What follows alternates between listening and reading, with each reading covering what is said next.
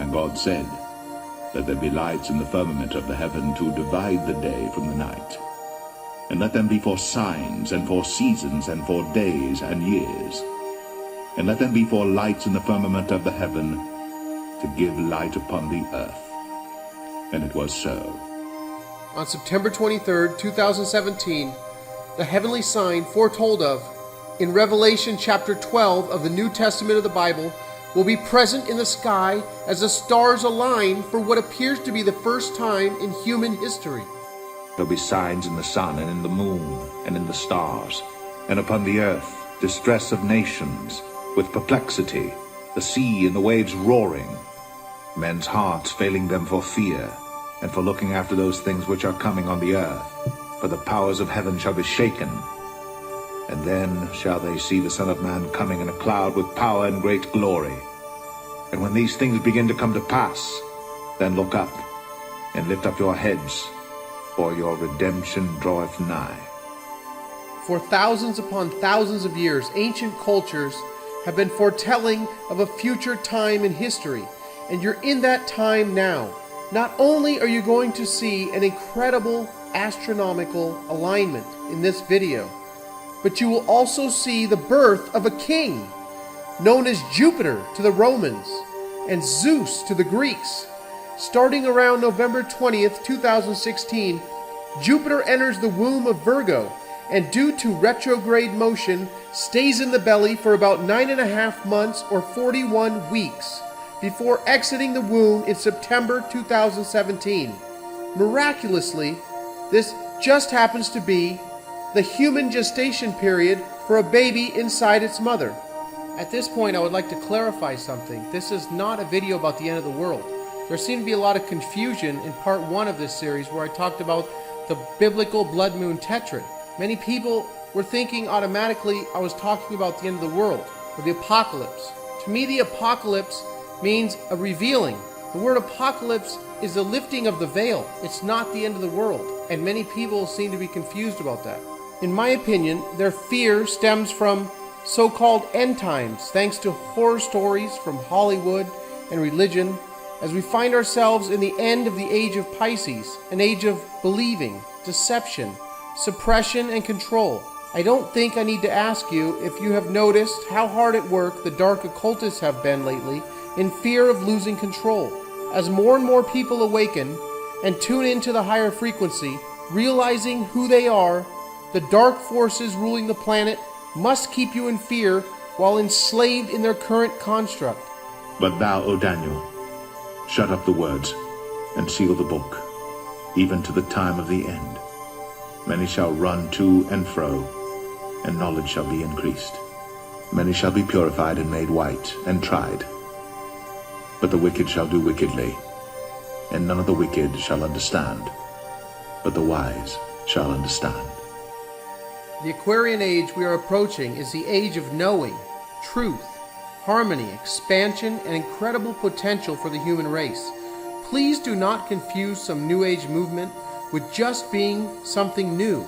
Due to the precession of the equinoxes and the wobble of the Earth, we move backwards through the Zodiac about 1 degree every 72 years, or 30 degrees every 2,160 years. In order to have a better understanding of the ages, we must briefly jump back about 6,000 years to around 4000 BC. This was the beginning of the age of Taurus and lasted roughly 2,000 years. Egypt worshipped the bull gods of Hathor, Apis, Bacchus, and Manivus. Mesopotamia had Enkidu, the bull of heaven. China had a bull god of agriculture. In Sumeria, they had the bull god Enlil, and sacred bulls and cows could be found around the globe. In the following age of Aries the ram, the bull was slain by Mithras, the Persian and Indian god, announcing the end of Taurus, and Moses destroyed the golden calf being worshipped by many people. In this age, you saw the Jews blowing the shofar, or the ram's horn. Egypt depicted Amun-Ra as a ram. The Greeks had a horned god, Pan, who turns out to be the only Greek god to die at the end of the age. In the age of Pisces, From around 1 AD to the present time, we have the Lamb of God being slain and the Son of God being portrayed as the great fisherman. The symbol for Jesus is the fish. Jesus feeds 5,000 people with 2 fish and 5 loaves of bread. The Pope's mitre is shaped like a fish head. Jesus met 2 fishermen and told them he could make them fishers of men. Even the word nun in the Aramaic means fish. Contrary to what you might have been taught growing up, the word occult does not mean evil. It means hidden, and occult knowledge can be used for good or bad. Part of our awakening involves understanding that man is the measure of the universe, the microcosm of the macrocosm, as above, so below. In the Middle Ages, you find many depictions of the Zodiac man. We are almost at the point of the video where I show you the coming great sign in the sky. But I think now would be a great time to discuss one more little known fact, or at least fact in my humble opinion. Leonardo da Vinci studied the occult and said that the human organism was an analogy for the universe. There exists in the writings of virtually all civilized nations a description of the major stars in the heavens, something we might call the constellations of the Zodiac, or the signs of the Zodiac, of which there were 12. If you go back in the time of Rome or beyond to Greece, or before that to Egypt, Persia, Assyria, or Babylonia, regardless of how far back you go, there's a remarkable phenomenon. Nearly all nations had the same 12 signs. I would now like to show you what many believe is the true hidden message in the Last Supper. If you look from left to right, you will see groupings of 3 disciples. The first 3 representing spring, the next 3 representing summer, with Jesus depicting the sun, the following 3 disciples representing fall, and the final 3 representing winter. At the head of the table is the man with his hands on the table in the position of a ram, like he is about to ram something. Well, he happens to be Aries, the ram. And next to him is Taurus the bull, who has his arm wrapped around the neck of Gemini, the twins, showing you with his hands, the twin hands. Taurus is also pointing at Cancer's neck, where Cancer is in the human. You see, you can lay the Zodiac man down on the table with his head in Aries and his feet in Pisces, where you see Pisces holding his 2 hands out, as if he was holding 2 fish. Now going back to Cancer, you see Gemini with the 2 hands up. Cancer, the crab, is holding a knife, like the claw of a crab, and he's pointing at what would be Virgo's neck, maybe saying, hey, look here, no Adam's apple. Next to Cancer is Leo, with the arm on the table, the king of the Zodiac, the Lion King, Leo the lion. Next you have Virgo, and then in the middle you have Jesus as the sun. Now, you'll see that Jesus is here between Virgo and Libra. Jesus, here between Virgo and Libra, in the end of September, is providing the harvest of the wheat and the grapes or the wine on the table before he's crucified in Libra. You see the next sign next to Jesus being Libra, the scales of balance with the arms out as the scales, before he's crucified and goes down to the dead of winter to his death, where the sun is actually reborn on December 25th, but we won't get into that in this video.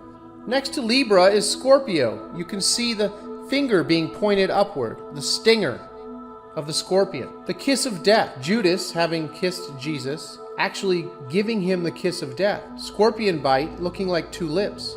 I never understood how Judas betrayed Jesus by kissing him. However, I believe that that is actually a kiss of death from the stinger. Now you see Libra, as if it was Jesus being crucified, is between Scorpio and Sagittarius, which are known as the heavenly thieves.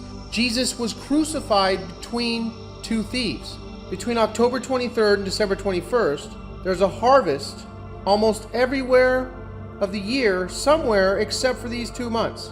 And these are known as the heavenly thieves.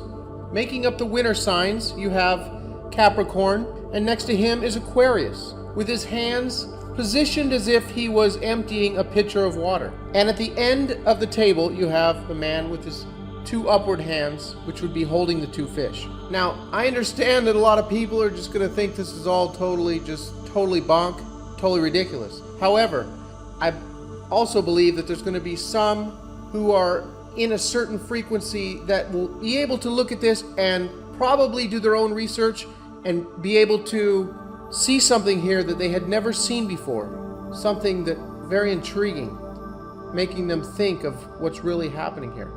Coincidentally, when asked by his disciples where to prepare for the Passover, Jesus said the following.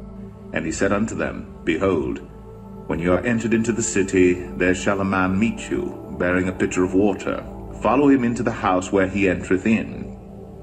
And there appeared a great wonder in heaven, a woman clothed with the sun, and the moon under her feet, and upon her head a crown of 12 stars.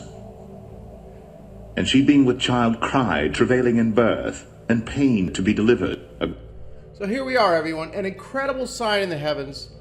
I'm going to link you below to someone who's done research claiming that this is the only time this happens in 7,000 years. But there may be other times the alignment is similar, but I don't think there's another time where the alignment is similar and Jupiter had just gone through a 41-week gestation period in the womb of Virgo. So this is totally incredible. This is a sign of the end of an age as we transcend into the age of Aquarius and we have an awakening happening in the human race. This is just an incredible sign. You know, God said, let the stars and the planets be for signs. So on September 23rd, 2017, Virgo will be in the daytime sky. You have to remove the daylight here in the stellarium program to see the alignment. But she'll be draped in the sun. She'll have the moon at her feet. Jupiter will be coming out of the belly of Virgo, out of the womb. And she'll be crowned with 12 stars. Leo being made up of 9 stars. And in line with Regulus will be Venus, Mars, and Mercury, making up 12 stars. I'm going to leave you here with something else, talking about what is arguably one of the oldest books in the Bible, where God talks to Job about the Mazzaroth, which is the Zodiac. I'm going to leave you with that and one other verse from the Bible. But thank you. I hope that you've enjoyed this video. Please check out my Blood Moon video, which coincides with this, part 1 of the series, and also part 2. I'll link up part 1 and 2 below. The Shemitah, which we came through, it didn't quite happen the way that it seemed like it was going to happen, but we did have a collapse of sorts in commodities, and I think these are all signs leading up to where we're headed. So thank you very much for watching, everyone, and I'll be speaking with you all soon. Canst thou bind the sweet influences of Pleiades, or loose the bands of Orion? Canst thou bring forth Mazzaroth in his season, or canst thou guide Arcturus with his sons? Knowest thou the ordinances of heaven? Canst thou set the dominion thereof in the earth? And it shall come to pass, in the last days, saith God, I will pour out of my spirit upon all flesh, and your sons and your daughters shall prophesy, and your young men shall see visions, and your old men shall dream dreams. And on my servants and on my handmaidens I will pour out in those days of my spirit, and they shall prophesy. And I will show wonders in heaven above, and signs in the earth beneath, blood and fire and vapor of smoke. The sun shall be turned into darkness, and the moon into blood before that great and notable day of the Lord come.